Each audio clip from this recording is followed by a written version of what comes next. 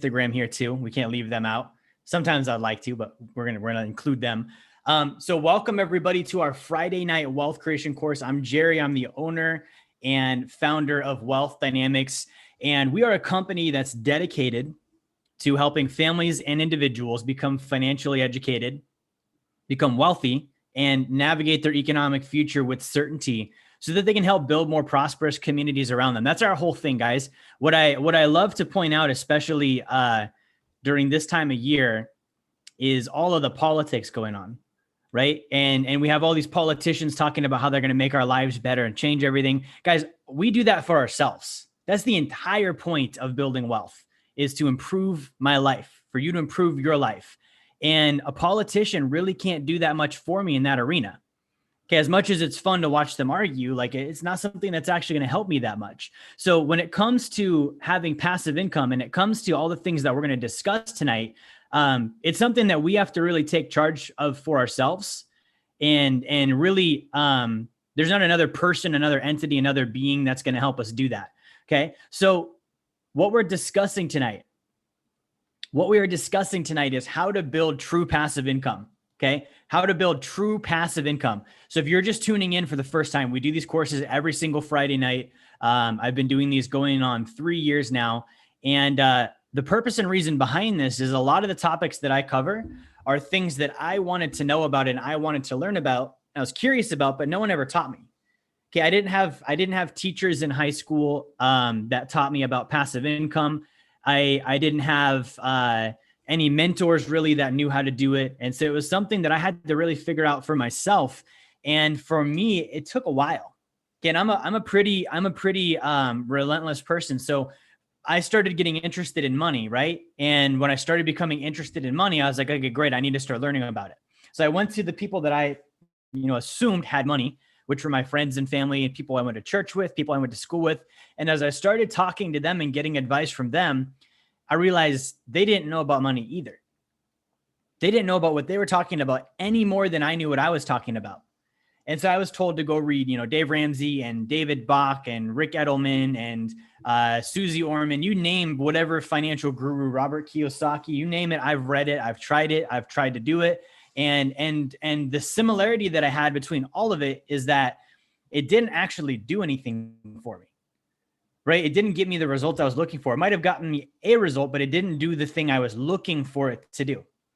So that was my quest, I was like, all right, how do I learn about this money thing? Okay. And I was 19, 20 years old. And I started studying and learning, and it got to the point where I actually got professionally licensed for financial advising, for investing. And I was like, all right, well, this has got to be it. This has to be the key. If I go get licensed and become a professional in this industry, that has to be the way to do it, because that's the way you learn it there. Right. And so I did that. I got licensed. I started helping people with their finances. I became a financial advisor. And what I realized being a financial advisor is I'd sit down with people, and it was mostly retirement planning.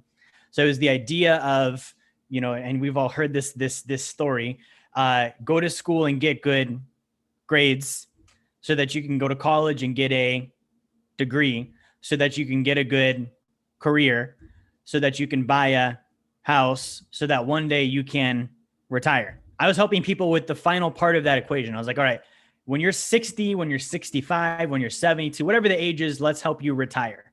Okay, so I'd be sitting down with people in my office. Granted, I was like 22, 23 years old at this point, right? So I'm sitting down with people in my office, and I'm showing them their retirement, and I'm like, man, this is what we're going to do. And we're going to put you in these mutual funds, and we're going to put you in the stock market, and you're going to average 12%. And this line chart from 1950 proves that it's true. And when you're 60, by golly, you're going to be able to retire.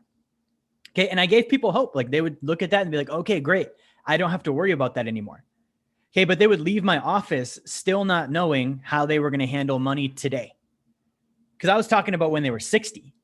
What about when they're today? Right? I'm 28 years old right now. 60 is a long ways off. Okay. Another part of my story is I was my mother's financial advisor. I was the financial advisor for my mom. And when she turned 60, she died of colon cancer.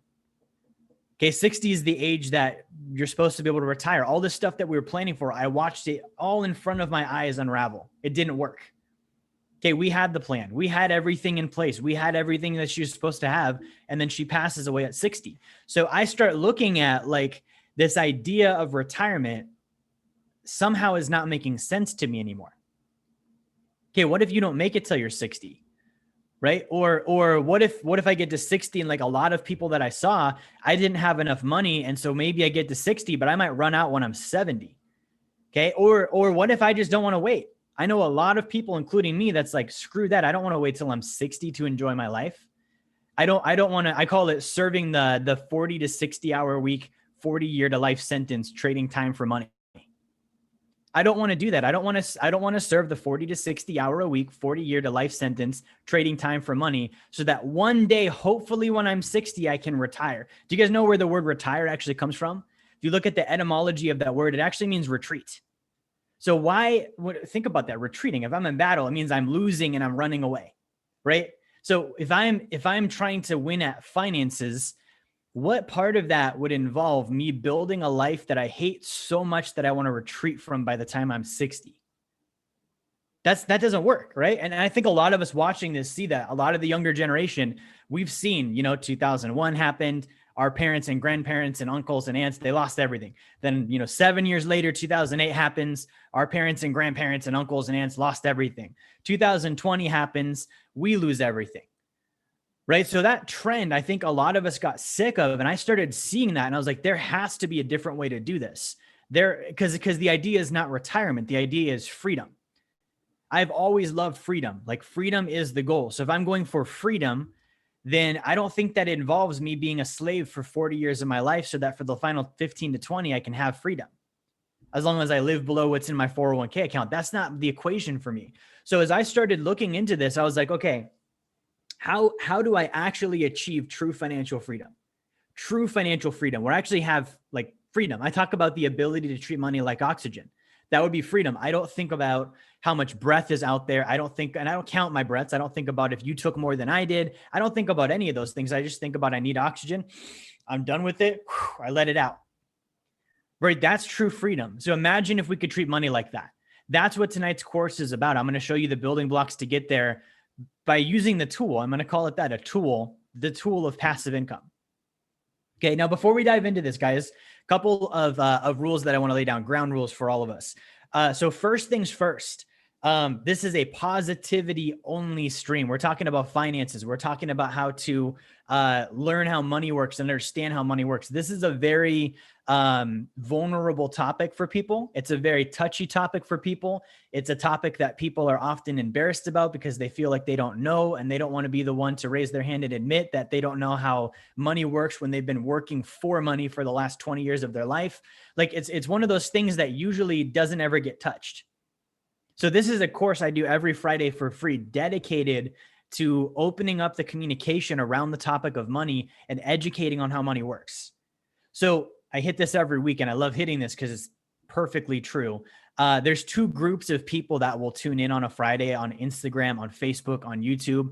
The first group is who this is dedicated to. First group is people that actually are like, man, I'm going to stay home on a Friday and learn how money works because I care about my family and I care about my future. And this stuff matters to me. And I know that I need to understand it. That's the first group. That's why I do these lives. That's why I do these courses. Okay. So if you're that group, like realize you are the person I'm addressing. You're the person I'm speaking to. This is for you. I don't get paid to do these. Never have, never will. Right. So that's the first group. The second group of people, they're going to do three things on a Friday night. They're going to play Fortnite. Then they're going to watch porn. Then they're going to troll. Okay. They're going to run to their first two pretty quickly. And then there's only going to be trolling. And so that's the individual that would come on a stream like this and make negative comments and criticize other people and be distracting and disrespectful. This is not for you if you're that person. So if you're that person, you can exit. We don't want you on here. Please respect those that actually came here on a Friday and are dedicating their time to learn about money. Okay. And if you're that person that's like, I was about to drop some troll comment, realize you probably don't have money and it would be good for you to learn this stuff too. So before you distract other people, like that's something you should consider. Second thing is on the topic of money. Again, it's something that a lot of people don't understand. So if I say anything that you're like, I don't know what that meant. Okay. I don't know what that meant. I didn't understand that. It went over my head. I'm starting to tune out. My eyes are glazing over. Any of those things, ask questions. Ask like, hey, when you said blah, blah, blah, what did that mean? Okay, ask questions, look things up. If you've got a phone, you can go to dictionary.com or Investopedia. Any financial term that I drop, you can look it up on the spot. Okay, now on this note, money is one of these things. It's different than other topics, right? Money has been made complicated on purpose. Okay, the institutions, the banks, Wall Street, the government, those that control the financial system, they don't want you and I understanding money. So they've made it complicated on purpose. And in real life, it's got a lot of big words and terms and phrases that are hard to understand. So my job tonight is to simplify things as best as I can for anybody to understand them. Okay. Your job is to realize that I'm giving you these things like you're a 4-year-old, which is great for understanding, but it's not great for application. So if I explain something to you like you're 4, and then you go out in the real world and try and apply it where we're talking to freaking Jamie Dimon at JP Morgan Chase, and he's talking in all these, complex terms and phrases, I'm not going to know what the hell he's talking about. So there's two sides to this. Yes, it needs to be simple, but also you need to realize in real life, it's not simple. In real life, the entire financial world makes it complicated. So you need to understand the complex terms. It can't just be a thing where it's like, I don't need to know this because Jerry knows. No. You need to know what I'm telling you the moment I tell it to you, but you also need to know what it means in real life and what the terminology actually is so that you can actually go do it. It's like practicing like bowling with bumpers on. Tonight, we're going to bowl with bumpers on. You're going to leave here tonight and we're going to talk about, passive income and investing. And if you go talk to someone else about passive income and investing, they're not giving you bumpers. So you need to understand, I'm going to help you start with bumpers, but after that, you've got to figure out how do I do this without the bumpers on? Okay. And that's part of becoming a client with us and further learning. Third thing is ask questions. Okay. Ask questions. We're going to talk about some passive income and some investing tonight. So ask questions, throw your questions in the comment. We'll answer those at the end. But any question you have, ask, like, don't hesitate. And then finally, if at any point I share something that helps you, share the stream. Okay, if I say something that helps you, share the stream, get it out there. We would love to have more people watching this because again, it's free and it's information everybody needs to know.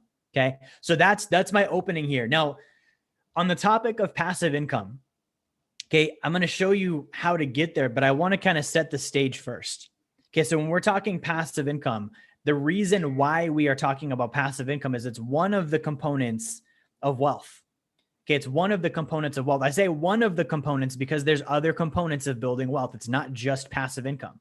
Okay, and I specify that because a lot of times people will get, let me move my mic over. A lot of times people would get overly caught up on passive income and then they'll skip everything else. We can't skip everything else. We have to have passive income and everything else. Okay. So when we say passive income, what I want to do is actually whiteboard this out for you guys on Zoom and Facebook. When we say passive income, this is what I'm referring to. Let me clear this terminology up for you. We're just going to abbreviate passive income with PI. Okay. So passive income is PI. Right. So if we're looking at income, that's the first part. Income. What is income? Income is money I receive from someone other than myself. Okay. Money that I receive from someone other than myself. Okay. So that's the first thing I'm looking at. So let's say we have this line measuring income. Okay. So we have a measurement of income and this is going to be our scale. Okay. On one side of the scale, we have active. Okay. On the other side of the scale, we have passive. So think about it. On one side, we've got passive. On one side, we got active, and it's measuring our income. When we say active, we mean money that is earned from somebody else that I have to trade something for. Okay, I have to typically trade time for it. When it's active income, I trade time for money, right? Like at the very beginning of this, when I said serving the 40 to 60 hour a week life sentence of 40 years to life. Like that's trading time for money, 40 to 60 hours a week for the next 40 to life in my lifetime. Okay. So that's what we're trying to get rid of. So logic stands to reason. If we're trying to get rid of that, the way that we're going to get rid of that is by going this way. We're going this way towards passive. Passive's on this side. We're trying to become passive with our income, meaning we don't trade time for money anymore. right? The only way to become financially free is to no longer trade time for money, because that's the point where I wake up and I don't have to go to work. That's the point where I don't have to worry about my bills. That's the point where I'm going to make money no matter what I do, right? That's true freedom. If I have to consider, am I making money? Then I'm not free. If I have to consider, can I really afford this? Then I'm not free. If I have to consider, when I spend something, how many hours is it going to take me to make that back? I'm not free. So we're trying to get more and more passive, which means that it's a gradient scale of less and less time being traded for our money. Okay, now realize that time is actually what's considered an arbitrary. Time is just a made up measurement. There's not actually a thing called time in real life. It's an illusion. It's a measurement of motion from one point to another, right? So when we say time, we're actually talking about motion. So when I'm working and I'm saying trading time for money, that's really a way of saying I'm trading motion for money, right? When I'm working, I'm physically there doing something. If I'm working construction, I'm physically involved in the motions of construction. If I work in an office, I'm physically involved in the motions of an office job. If I'm in sales, I'm physically involved in the motions of a sales job. If I run an e-commerce business, I'm physically involved in the motions of an e-commerce business. So I'm trading my motions for money. Motions are just one step above energy. I'm trading my energy for money. This is where, for me, it starts very, very quickly becoming financial slavery. When I start having to think about, I'm actually trading my energy for money. My energy is me. Like natively, I am energy. So I'm trading myself for a green piece of paper backed by nothing. This is why I want passive income. I want to trade assets for money, because if my assets are making the exchange for me, then I no longer have to. So we talked about working 40 to 60 hours a week, serving the 40-year to life sentence, trading time for money. The truth of this is time and money do need to be exchanged. Like that's never going to stop. But it does not have to be my time. It doesn't have to be my time. I can have other people do it. I can have assets do it. There's other ways to make this equation happen outside of my time, my emotions, and my energy. Right? So this is so critical to understand. So we're trying to become passive. Now, when we think about passive, we have to start thinking about, well, what are ways to do it? Okay, I went to high school. I didn't go to college, so I'm a common sense guy. The way that I find what are ways to do it is first I'm going to find what are ways to not do it. Okay, what are ways to actually not have passive income, right? So if we back this thing up and we undo all this and we say, well, how would I go about not getting passive income? Which is really the question of what is active income? Okay, well, then I can start making a list. I can say, if I'm looking to make active income, which is not passive, I'm going to have a job. Okay, if I have a job, I don't have passive income. I could be self-employed. If I'm self-employed, I don't have passive income. I can own my own real estate and self-manage it. That's not passive income. That's a job. Like these are all things that I can list out and realize these are not passive income. And that helps me then figure out, okay, this is not passive, which means all of that stuff is not stuff I'm going to do.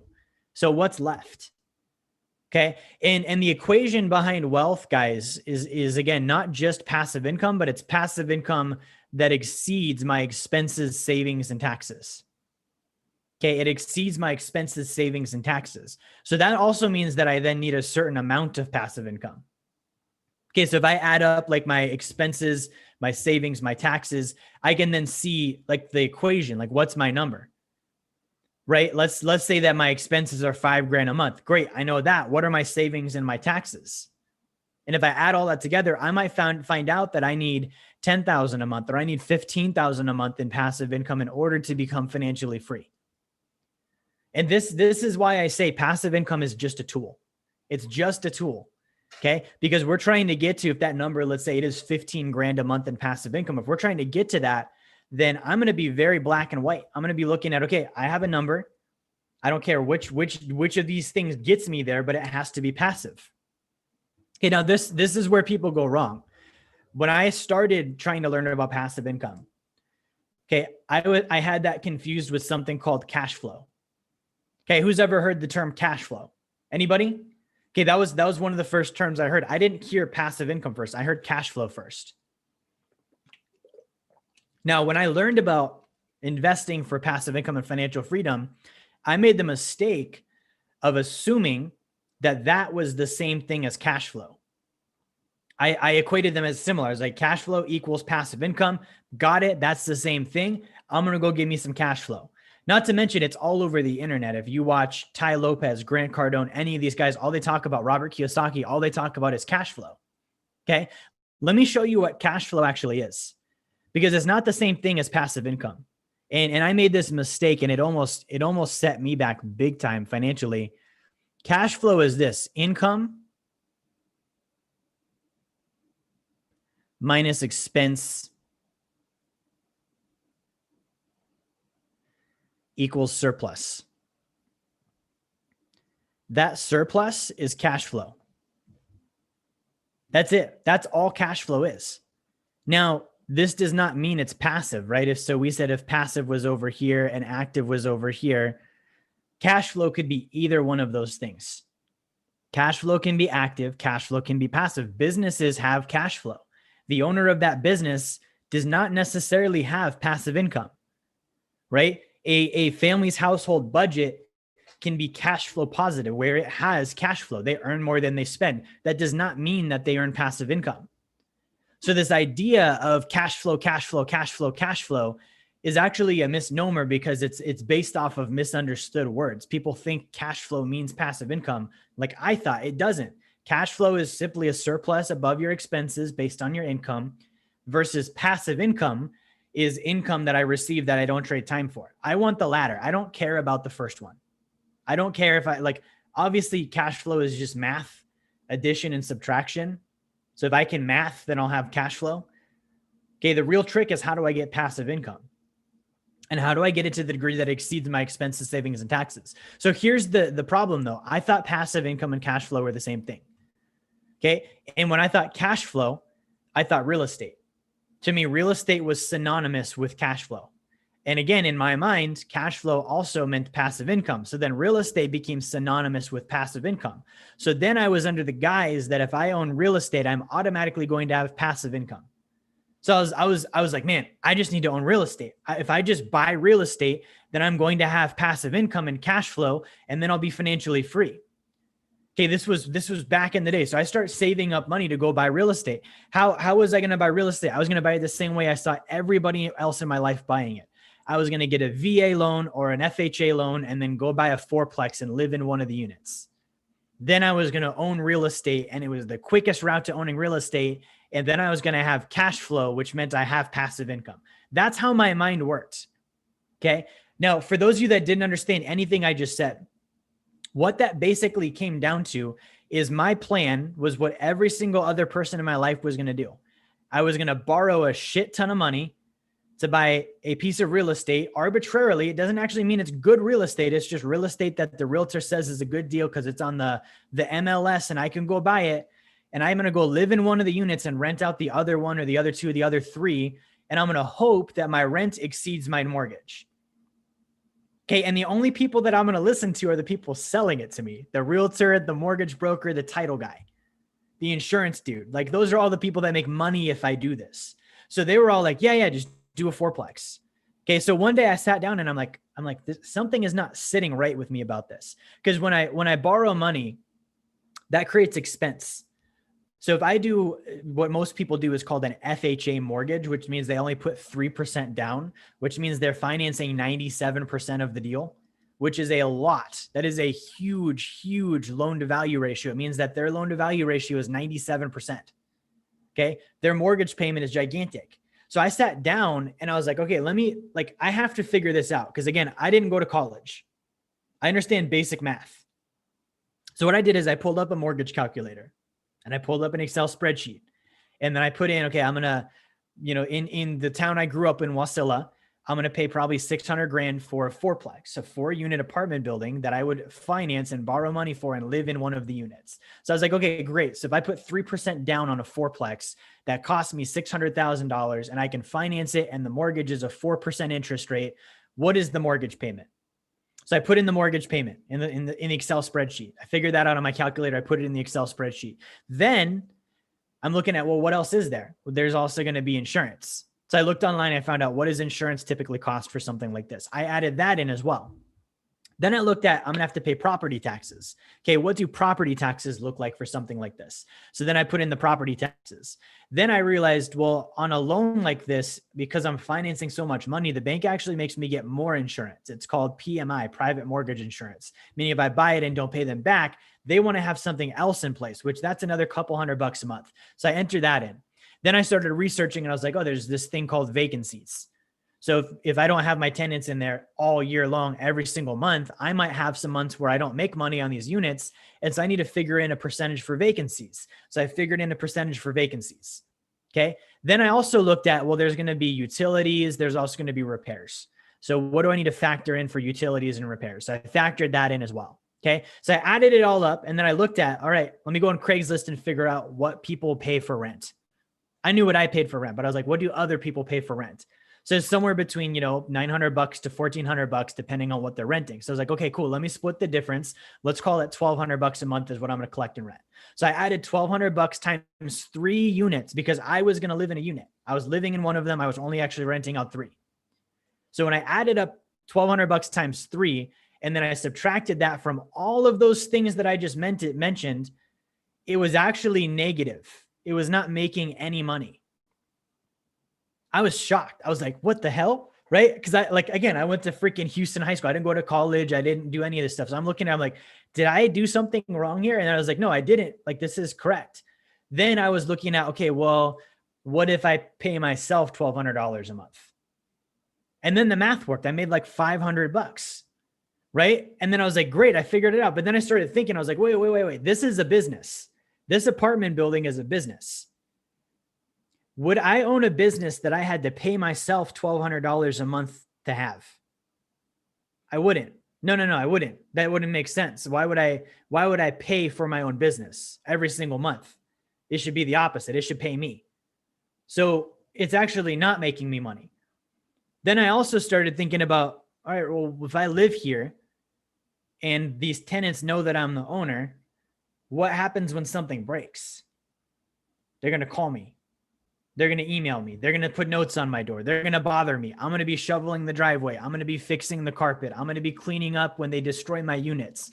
So I start looking at this and I'm like, man, the math on what I'm being told to do actually doesn't make sense.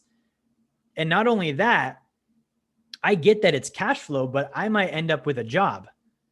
Okay. I started my business because I didn't like having a job. So I quit my job to not have a job. But if I go buy this and live in it, I'm now having a job because I have to fix stuff and I have to deal with the tenants and I've got to do all this stuff. So that was when I realized like something's off about this. Okay. Now this whole group of people that I knew, that's all they were doing.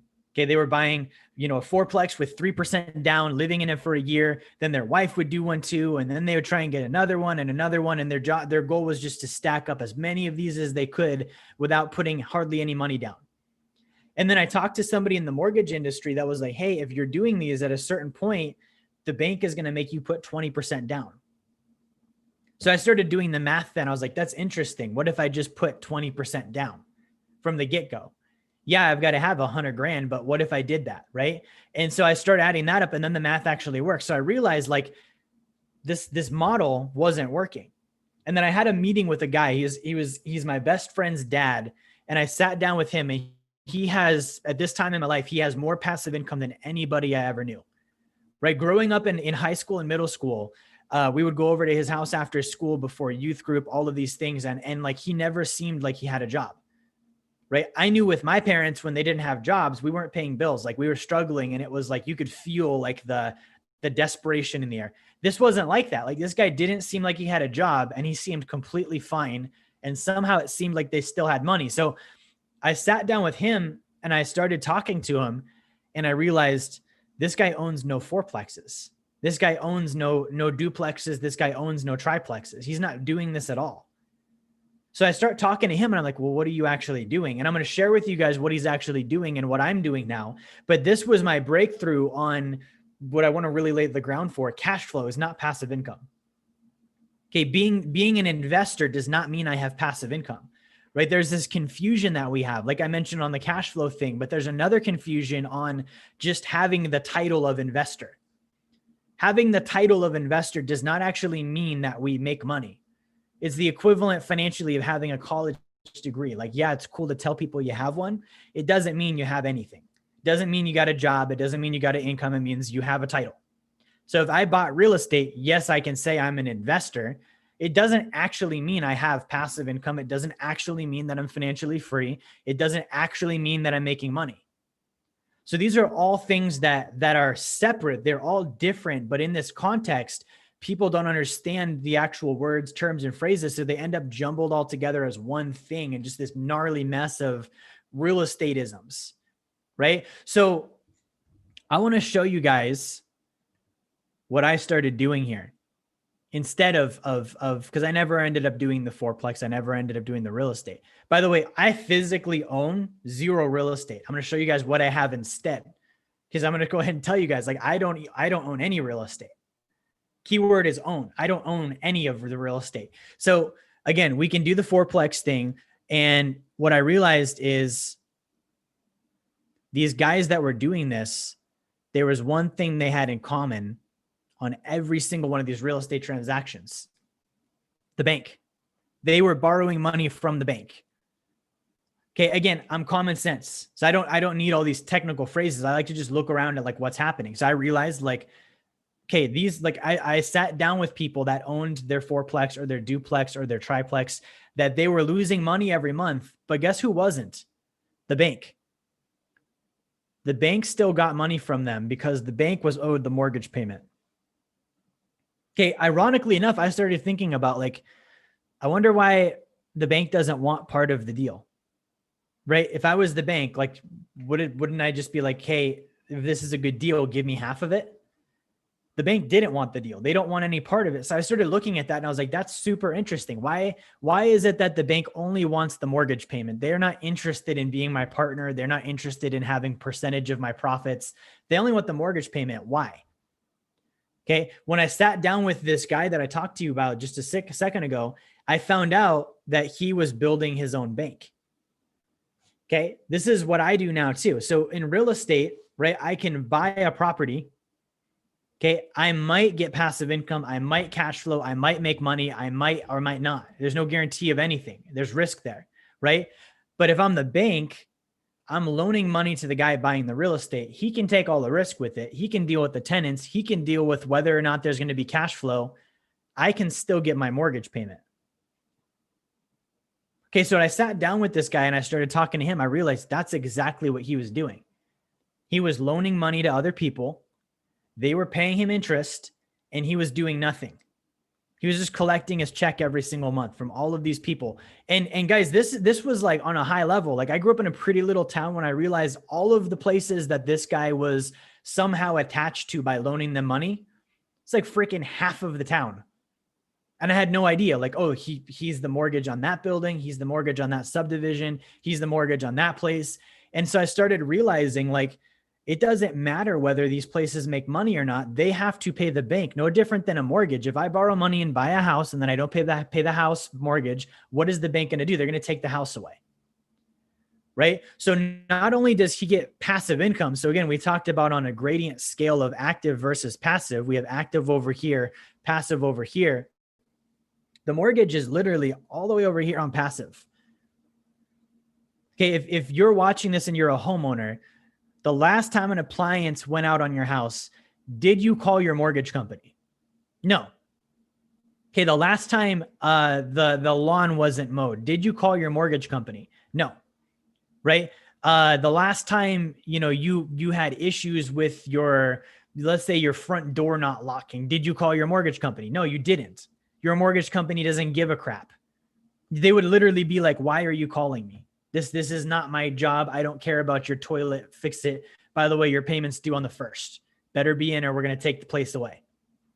That's it. That's all the mortgage company does. So when I look at that, that's 100% passive. 100% passive. I don't have to do anything for that money. I don't have to fix anything. I don't have to manage anybody. Now, this is critical because, again, the equation here is passive income greater than savings, expenses, and taxes so that I can stop trading time for money. That is a very specific statement. Okay. So if I go buy real estate and I self-manage my real estate, or I live in my real estate, I am not on passive income. I am on active income. I am trading my time for maybe not even money. I might not even be making anything. Okay. But the thing with this is the more that I do that, the less time I have. If I have 4 units and I got to manage 4 people, that's 4 new people in my life that I have to pay attention to and manage and help and handle their complaints and fix their stuff when they break it and handle the toilets and all this other stuff. If I buy another one, that's now 8 people, guys, 8 people that I have to do the same thing for. If I buy another one, that's now 12 people I've got to do the same thing for. It is not scalable. It is not scalable versus this other model, right? We talked about with the mortgages. If I'm over here and I'm a mortgage, I'm a bank, I'm loaning money to somebody that's doing the real estate themselves, I can have literally thousands of those and have none of my time involved. It's called attention units, right? Like the more time, the more things I have going on. You guys have been there. You're overwhelmed. You're like, I have this going on, this going on, this going on, this going on, right? I don't want to have to deal with all that. I talked to a guy last week, okay, very big real estate investor. He's doing a lot of this. He filed 90 tax returns last week. 90 tax. Imagine filing 90 tax returns, because that's how many corporations and properties he has. Okay. I didn't see him all week. And when I did see him, he looked stressed out as hell, right? He's doing great, but that is not passive income. That is active in every sense of the word, right? You'll hear real estate people saying passive income is not passive. That doesn't make sense. If passive income is not passive, then it's not passive income. It's active income. Passive income should always be passive. So here's the equation here, guys. I want to show you very simply how we go about this. So if I'm looking at truly building passive income, this goes back to the triangle of wealth, right? Earn, save, invest. That's the triangle of wealth. The most powerful one here is earn. The more I earn, the more I can save, the more I can invest, right? So just on 2 different things here. If I earn income from my job or my business and I save the income and then I invest the income, but then let's say that and I've talked about this before, let's say I invest the income in a real estate deal that takes up my time and attention, it's actually going to distract me from my earning, because I didn't do real estate to earn the money to get my first deal. I did something else.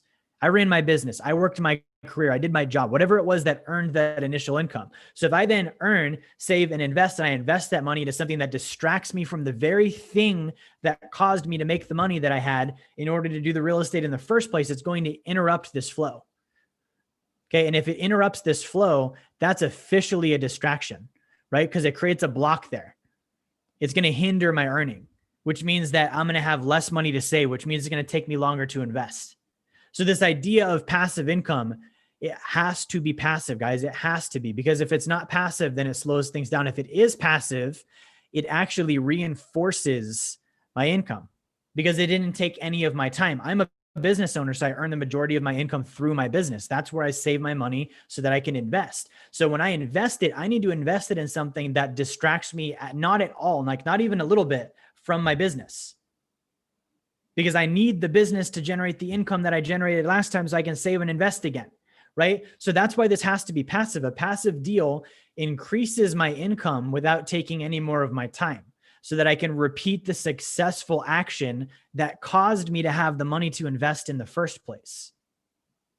Tenants and toilets don't do that. That's a distraction. Unless I was doing that from the get-go, that's not what I should be trying to do with my investment. Flipping houses does not do that. Unless I flipped houses to get there in the first place, it distracts me from the main thing that got me there in the first place, right? So that's the first thing that I want to hit on this. Okay. The second thing that I want to hit on this is when I'm doing this earning, I want to have enough of these investments happening that gradually I can replace this income. And like we said, no longer have to trade time for money. So if I'm working or creating or selling or whatever my action is to trade time for money, and then I start investing in something that also requires me to trade time for money, there's not a trade there. Like I'm going to trade time for money regardless of which one I do. Can you guys see the problem there? So all of this to lead up to what I'm going to show you here on what to do instead. It has to be passive. Like, it has to be passive income. It's not cash flow that we're going for. It's not arbitrarily real estate that we're going for. It's not the title of being an investor that we're going for. That is all stuff that has no result for you financially whatsoever. Passive income that exceeds my savings, expenses, and taxes so that I no longer have to trade time for money. That's it, period. That's the equation. So how do I get there? This is what I do. So I do something called private lending. Private lending. Okay. Private lending looks like this. Okay. I have money because I've been earning and I've been saving. I've been doing the first two components of the triangle of wealth. Okay. Which, ironically, if you don't do those things, you don't have money. If you don't earn and save, you don't have money. But I'm doing those. So I do have money to earn and save and then invest.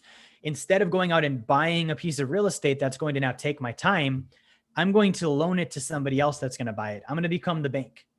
Okay. This is called secured private lending. Okay. And this is something banks do with all of our money. Banks do not buy real estate. Banks don't want any part of your house. They don't want any part of the fourplex. They don't want any part of the units you're going to buy. They want you to use their money and pay them every month for nothing. Okay. So I'm going to take, usually the number to get started with this is $50,000.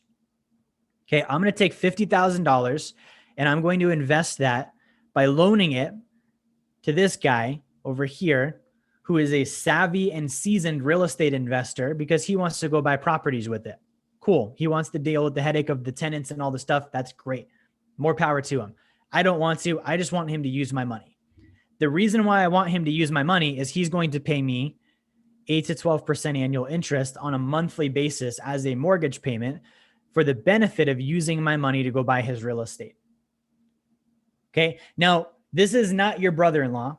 This is not the real estate guy that runs the meetings every month that's using the money to flip houses. This is not the dude on the podcast that convinces you that it's a great idea to invest in Central America when you don't live there. This is none of those things. This is a fund that has a historical track record of successfully investing in real estate. Guys, you have to think like a bank. A bank is not going to loan money to somebody that's never borrowed before. Who remembers being 18 and not having a credit score yet?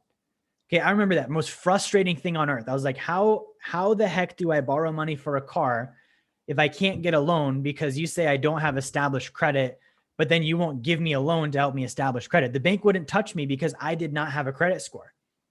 Okay, you have to think like that. If I'm going to loan money on deals like this, I'm not giving it to novice investors. Okay, the fund that I do this with personally, and a lot of my clients do the same thing, they've been doing this for 40 years. 40 years. They've never once missed a payment, defaulted, not paid in every single month for 40 years. I can trust that. Now, I can't tell you how many times I've been approached by the random guy from the real estate meeting or, Joe Fourplex that's trying to flip his next house asking for a loan. I don't loan money to those guys. Okay. That's an accident waiting to happen. That's not going to get paid back as agreed. Okay. I'm looking for passive. So if I'm loaning it to someone that's not going to pay me back, that's not passive because at some point I'm going to have to get involved and then it's taking my time, which defeats the entire purpose. So really hammering home, this dude that I'm going to loan this money to has a freaking track record. Spotless, right? I'm going to loan it to him for an investment. This is an income property that he's buying. I'm not loaning him money to flip. Flipping means he's going to buy the house, fix it, and then sell it to someone else. That's speculative. Okay. When you invest, you want to invest like for like, right? So if I'm loaning him money, let's say for 5 years, and he's going to pay me, let's say 8 to 12%, let's call it 10 to split it down the middle. He's going to pay me 10% a year monthly for the next 5 years, which is 60 months. He's paying me income. So whatever he's going to buy with my money, I want to know that it actually has the income to pay me what he owes me. A flip doesn't. Okay, he might do 1 or 2. It doesn't matter how many he does. It does not pay income. It's a capital gain. I bought it for one price. I sold it for another. Okay, so what I'm looking for this guy to do is I'm looking for him to buy a mobile home park that pays every month. Or I'm looking for him to buy a storage facility that pays every month, or an apartment complex that pays every month, right? So he's going to pay me 8 to 12% every single month. Right? Nobody knows that I'm the lender. Nobody needs to call me for anything. I'm not going to fix the toilets. I'm not going to settle the dispute between my tenants. If they, trash the place, I don't give a crap. You still have to pay me my payment, right? That's my attitude on this because I have work to do in my business. It has to be passive. I'm not going to violate the triangle of wealth just for the sentiment of being able to say, yeah, I have tenants.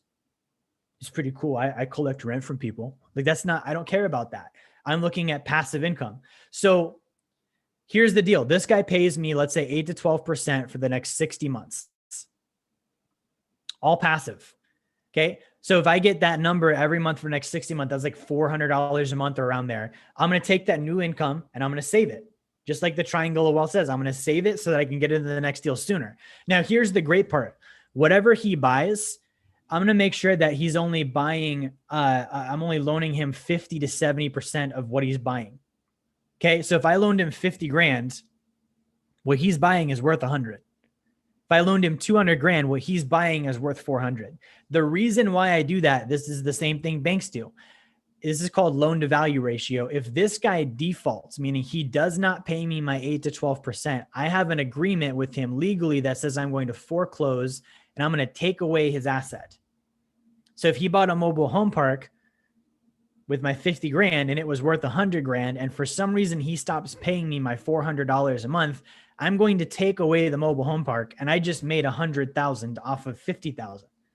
This is why I do that. Even in a worst case scenario, I doubled my money. Okay, this is what banks do. Banks don't want the mobile home park. They want the loan. And if you default on the loan, they're going to take the mobile home park anyways. They're going to make money on it. They're going to sell it on the back end. It doesn't matter, right? Now, the deal is though, this guy is not going to default because he knows he loses twice what I loaned him. So he's going to find a way to make his payments every month, no matter what. Like I've never been defaulted on. The fund we work with is never defaulted because they're not going to.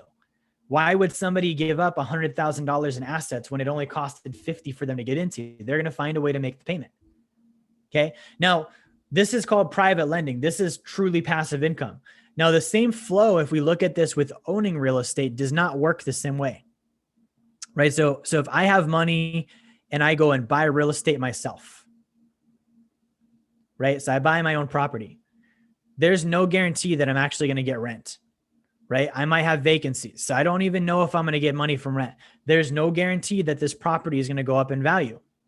Right? There's no guarantee that every month anything is going to happen. So when I'm looking at passive income, there's two words that I want you to think about. Okay? Because there's a lot of other words that people are pitching out there. There's easy, there's quick passive income. There's lots of passive. It's not any of those things. There's two descriptive words I want you to think of when you think of passive income. I want you to think of true and safe. These are the only two words I consider when I think of passive income. It needs to be true, like actually passive. We talked about the scale of active to passive. True means it really is passive. Like 100% truly is passive. If I have to get involved, it's not truly passive. If I have to manage the tenants, it's not truly passive. If I have to scoop the poop out of the backyard or shovel the driveway or mow the lawn or fix the toilet or receive phone calls because something went wrong, it's not truly passive. So anything that does not meet the qualification of true, like it truly is passive, I'm not going to invest in it. Okay. The other thing is safe. Safe means that no matter what, I'm going to get paid. Okay. When I look at most places people invest in the name of passive income, it's not safe. Okay. I can't tell you how many people I've sat down with that own the fourplex or the duplex or the triplex or the single family home, and it's not actually safe. The passive income goes up and down, right? If you owned rentals this year in 2020, you got freaking screwed because people didn't have to pay you rent. The government allowed it, right? Now, my deals, cash flow. I haven't lost a dime. Nobody's not paid, like everyone, because it's a mortgage. If you don't pay me, I'm going to take away the thing. Like that's the beauty of a mortgage, right? So I'm looking at, is it truly passive and is it safe? If it's not truly passive, and guys, truly passive means truly passive. There's no qualification other than it really is truly passive. There's no loopholes. There's no other description. There's no technicality. It's either truly passive or it's not. It's binary. Same thing with safe. There's no like loophole or wormhole around getting through. This has to be safe passive income. It's either safe or it's not. For me, that's private lending. Okay. Now, here's the last thing I'm going to end on, because those that invest in real estate are going to talk about, well, in real estate, if you buy it, you get appreciation, and you get passive income, which you don't really get passive income. Actually, let's get rid of passive income all the way, because that's not even like a true phrase. Let's say cash flow. You buy it and you can get cash flow. So you get the appreciation and the cash flow. This is why most people buy the real estate. They think it's going to go up in value, and then they think they're also going to get income, which can be the case. It can be true. Okay. But here's the thing is when you look at lending, they're going to say, well, when you do private lending, you only get the income and it doesn't depreciate. So there's no appreciation is what someone is going to say. Because if I loan 50,000, I'm going to get interest on my 50,000, but at the end of the day, I'm going to only get the 50,000 back. True. Let me show you how we solve that though. So before I do the private lending, I take my money and I drop it in my sacred account. So I take my $50,000 and I drop it in my sacred account, or I drop it in my sacred account gold. I can do either or gold, right? So we'll say or gold. Okay, so I drop it in here. This, if I do the sacred account, it's going to earn 3 to 5%. If I do the gold, it's going to earn 6 to 8%. While I use it, I can simultaneously loan it to these people for the real estate. So I can loan the 50K out. Ta-da! Now I have appreciation and I have cash flow. It's paying me both. I have officially solved that problem. Now, here's the beauty though. Is appreciation guaranteed on real estate? No, it's not. It is on the sacred account. The only thing that's guaranteed. That's literally the only asset class that exists that has never lost money, that is guaranteed. So when I'm looking at, okay, true and safe, we can apply the same thing to appreciation. If I buy a property, is it truly going to appreciate? No, I don't know if it is or not. It's speculative. Okay. Is it safe? No, it's not, because real estate can lose money. So it's not true or safe. If I put the money in my sacred account and I look at the appreciation, is it true appreciation? Yeah, it's guaranteed. There's no way it doesn't go up in value. It's guaranteed to do that. It's done that every single year for over 150 years in a row. Okay. Is it safe? Yeah, it's never lost money and it can't. So when I look at true and safe passive income, true and safe appreciation, this model of let's put it in the sacred account, get that 3 to 5%, and then borrow it out and then loan it to somebody else, that solves the equation. Okay. Now there are levels to this, guys. If I'm just starting out, this is all I should be doing. Once I'm financially free, yeah, I can go do, flips and foreign currency trading and life settlements and everything else under the sun. But it's because I already have financial freedom. If I don't already have financial freedom, then I don't need to be gambling. I need to be going for guaranteed passive income no matter what, because it's my freedom that I'm working for. Imagine you're breaking out of prison. Like, you're not going to gamble with that. You're going to be as safe as possible so that you get out for sure. Doing this, you're breaking out of financial prison. Okay. So I wanted to share this because it's something that I keep seeing is like cash flow, like real estate. That's great, but really it should be passive income. How do I get passive income that exceeds my savings, expenses, and taxes so that I no longer have to trade time for money? And what is the truest and safest way of getting there? I want guaranteed. I don't want to gamble with my financial freedom. Okay. Now, this also, and I'm going to end on this note before I open up for questions, this also shatters the mindset of the do-it-yourself investor, or the idea that I have to own my own properties, or that there has to be work involved, or that there's something called sweat equity. There's no such thing as sweat equity, by the way. Your sweat does not have equity. Like, these are all like buzzwords that we get told by people who are usually selling us the real estate in order to help sell the real estate, right? So I'm not looking to do it myself. There's no merit in that. I'm not looking for sweat equity. There's no merit in that. I'm not looking to get my hands dirty or do the work. There's no merit in that. I'm looking at how do I get truly safe passive income so that I can continue my triangle of wealth as fast as possible, so that I can be financially free as fast as possible, guaranteed. That's it. Okay. So I'm going to go ahead and open this up for questions. I know we have some good questions here tonight. I want to thank everyone for watching this, by the way. I know we covered a lot of terms, and I know some of this might have directly conflicted with stuff you've heard elsewhere. Okay. So let me hit Instagram first. I know you guys have a time limit. Thank you guys all for watching, by the way. I know it's a Friday.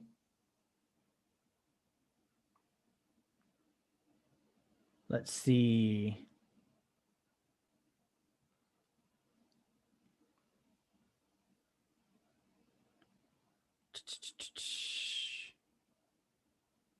Nothing on Instagram so far.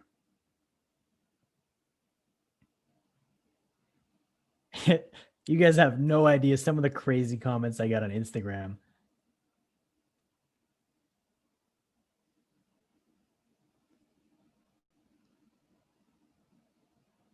Nothing yet, nothing yet, nothing yet, nothing yet.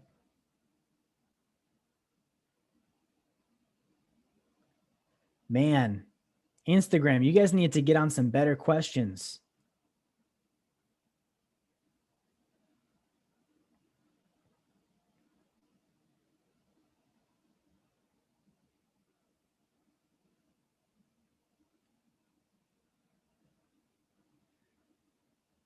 Nothing still. Wow, this is insane. All right, guys, nothing on Instagram. Oh, Bria redeems us on Instagram. Okay, Bria actually has a real question like an adult. Thank you, Bria. So Bria asks, what do you need to consider your financial freedom? Like, what more would you need to have to secure that in your eyes? So Bria, for me, it really comes down to that equation. I need to have passive income that exceeds my savings, expenses, and taxes. There is an equation that I use for that. So I'm going to take my baseline expenses and I'm going to divide that by 35%. Okay. So if I like whatever the math is on that, let's pull up a calculator really quick. Let's use my idea of if I have to spend like $5,000 a month baseline to maintain my current standard of living. Because again, we're not talking about becoming a baller yet. We're talking about let's first get free. Okay. So if I divide this by 35%, I would need 14,285 a month in passive income. Okay. So that would be my goal. If I need $5,000 to live on, then I need 14,285 in passive income, because that would cover my 40% savings and my taxes. And then I have $5,000 left over. And then I can do the math on that too. That's, 14,285 times 12 months. I need $171,000 a year coming into passive income. If I'm making a 10% annual yield, I can divide that by 10%. And I would need $1.7 million invested at 10%. And that would throw off that passive income that I need. So that's kind of the math behind it. And that really is it. Like if you have that number coming in, then dude, you're good. Like no matter what.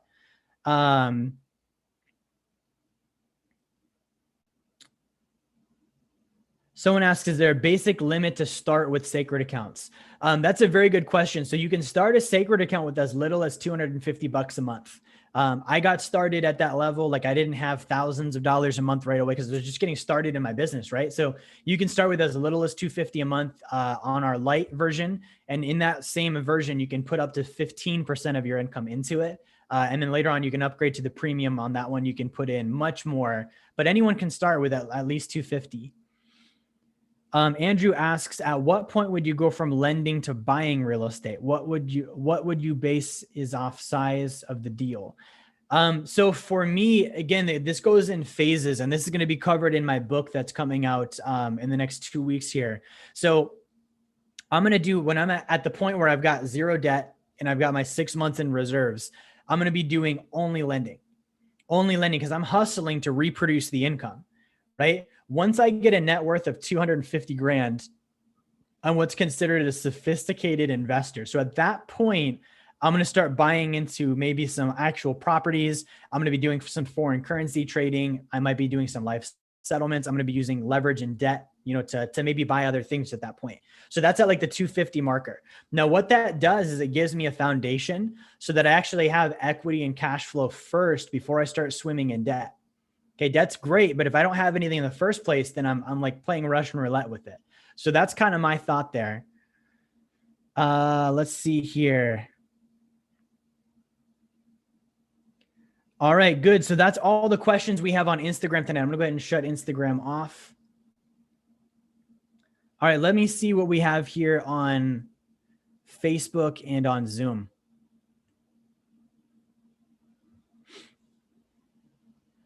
Okay, so on Zoom, we've got Sean Carroll. Good to see you, Sean. Sean just passed his real estate exam. That is awesome. Good for you, Sean. That's a big deal. I know that that's not an easy test, so way to go on that. Jason, good to see you. Jason says, be the bank. Very true. Brad says private lending deals are definitely passive and pay. Brad is very right on that. Brad's experienced both of those this year on owning real estate that, doesn't pay versus having passive deals that do pay. And he's exactly on point with that comment. Let me see what else we have here.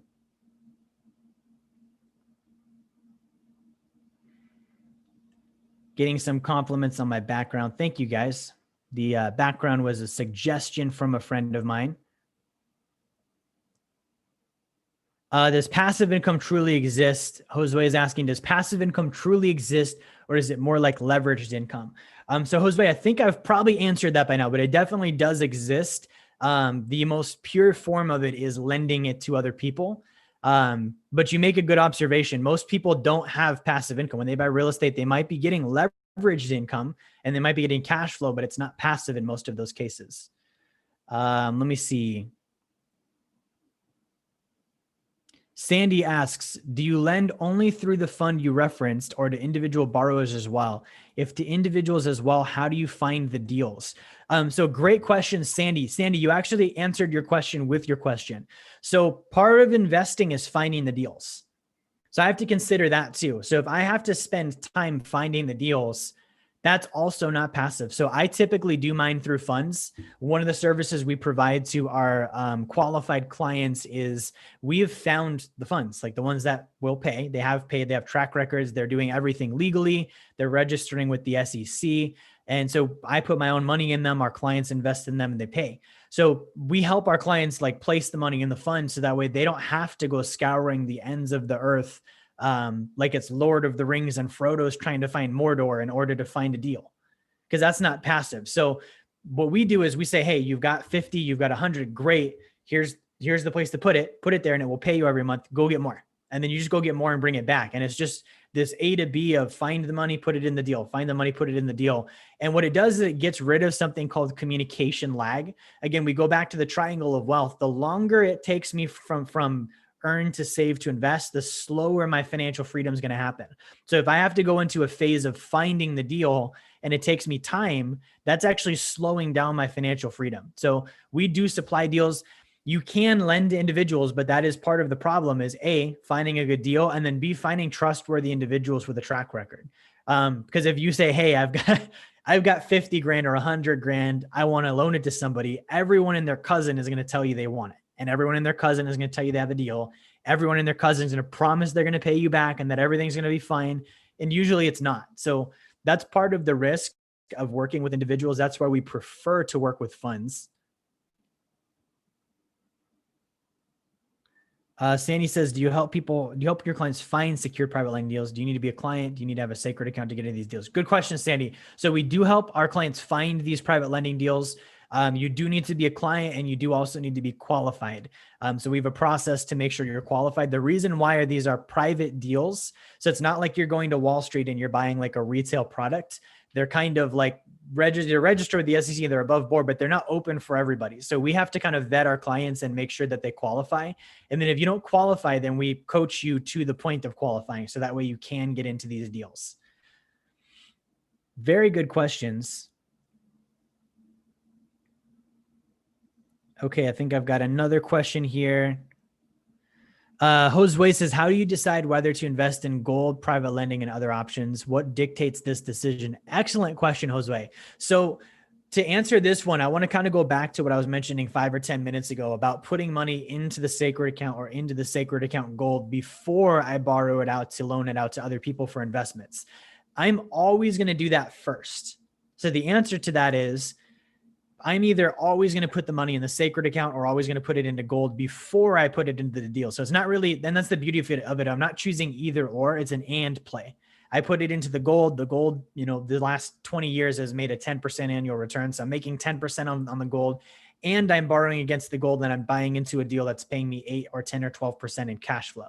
So I would do both of those. Keep in mind though, you've got to have 50 grand put away to do these private lending deals. That's our minimum. So until then, I'm just going to stack in gold. I'm just going to stack in my sacred account. And this is where a lot of people get stuck is they're impatient. They're impatient. They don't want to wait. And so instead of building up to 50, they're like, well, I have 20. I could go buy an FHA fourplex, or I could loan it to that guy that I saw on YouTube to flip it, or I could do whatever. And then they end up losing it, or the money doesn't get paid back right away, and it foils their plan. So people don't get there because of their own lack of patience. Like, be patient, get to the 50, and then put it into gold or put it into the sacred account, then borrow against it to do the private lending deals. So that would be my answer there. Jennifer says, Jerry, in regards to sophisticated investors, what kinds of deals do you recommend for foreign investing? For foreign investing, I don't know if I'm quite tracking on the foreign investing. I think you might mean investments out of the country. And if that's the case, I don't recommend investments out of the country. So I don't recommend buying the coffee farms in Costa Rica. I don't recommend buying the agriculture in Central America. I don't recommend buying the land plats in South America. And the reason being is I can't go visit them. And if something happens, like the foreclosure and default process between country borders is not going to be easy. So I like doing US based deals because it's easy. I know what's going to happen. If something goes wrong, I can fly to the state. There's no barriers. There's no rules. There's no translations. There's no language. There's no currency change. There's no taxes when I take the money back into the US. So these are all things I consider. And so I don't recommend foreign deals at all. I think that's a distraction. I think it's a good way to lock money into something that ultimately has reduced control and reduced visibility.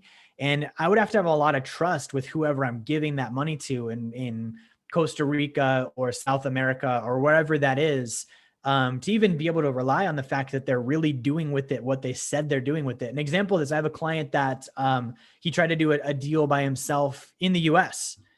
And he thought that he was doing a foreign currency trading, like Forex trading fund. And he loaned the money to a dude in California. This is not even out of state or out of country. I mean, it's in the same state. He loans it to a guy in California. And instead of doing foreign currency trading, the guy goes and buys a real estate deal, which then doesn't cash flow. And now my client can't get his money back. By the way, this was not one of our deals. He went around us, instead went on his own. So that can happen just on an in-state and an in-country deal.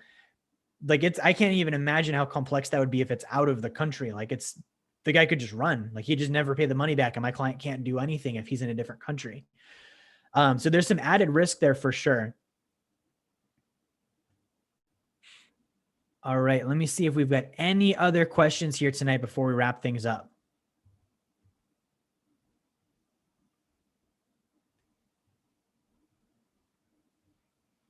All right, I'm not seeing any more questions on Facebook.